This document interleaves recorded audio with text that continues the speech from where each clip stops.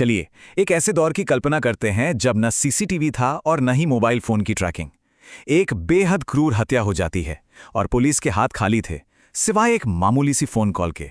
ये कहानी उसी दौर की है। तो बात है साल 2002 की।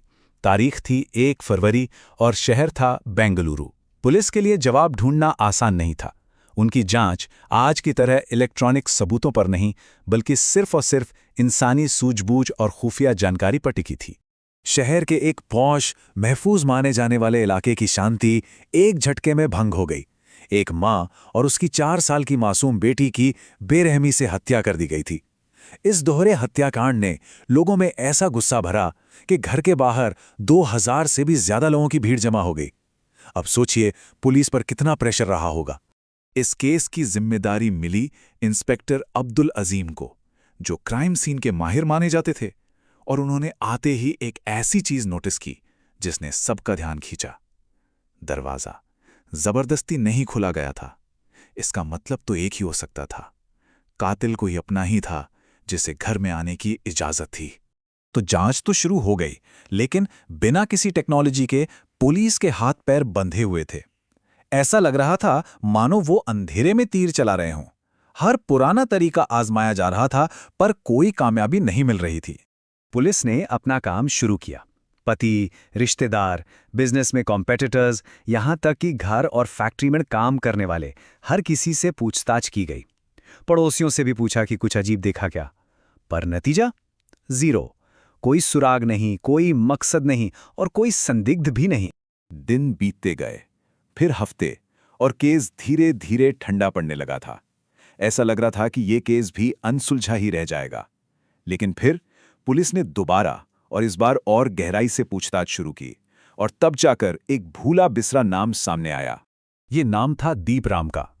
वो परिवार की इलेक्ट्रिक केबल फैक्ट्री में काम करता था, लेकिन करीब 6 महीने पहले ही उसकी लापरवाही और गैर हाजिरी की वजह से उसे नौकरी से निकाल दिया गया था। पति ने यह भी बताया कि जब वो काम करता था तो कभी कभार छोटे मोटे कामों के लिए घर भी आता था। अब तक तो सब ये मानकर चल रहे थे कि दीपराम नौकरी से निकाले जाने के बाद अपने घर राजस्थान लौट गया होगा।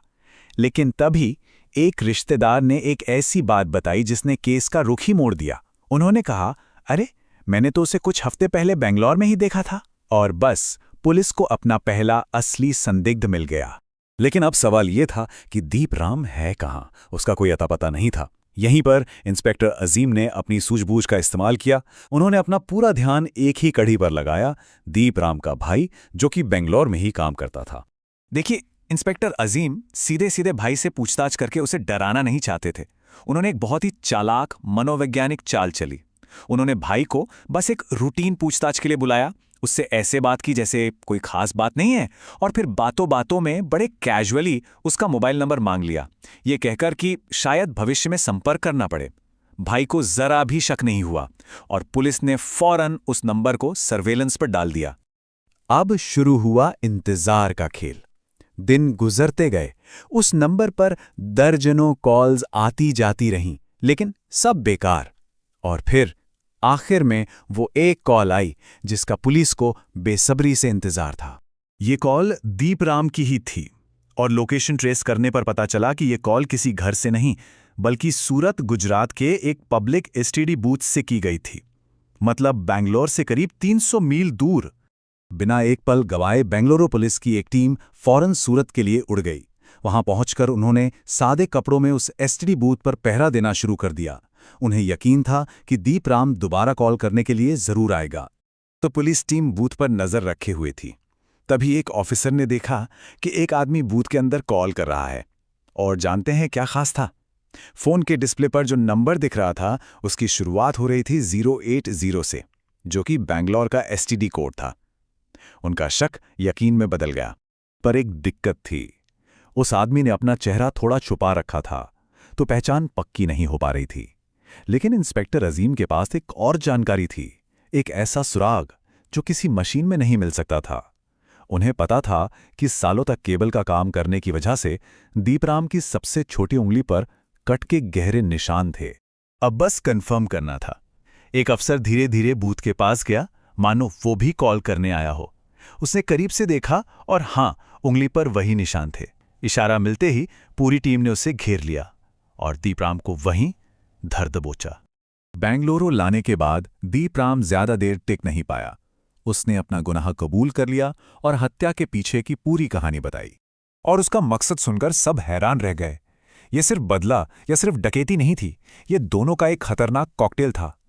नौकरी से निकाले जाने की वजह से वो अपमानित महसूस कर रहा था और उसे ये भी पता था कि परिवार के घर में कैश और जेवर रहते हैं। लेकिन सबसे खौफनाक बात, उसने उस 4 साल की बच्ची को सिर्फ और सिर्फ इसलिए मार दिया क्योंकि वो उससे पहचान सकती थी।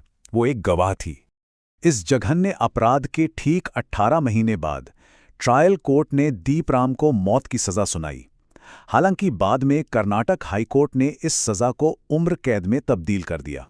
तो आखिर में इस पूरे केस को किसी एडवांस टेक्नोलॉजी ने नहीं, बल्कि 2 बहुत ही छोटे, बहुत ही मामूली सुरागों ने सुलझाया।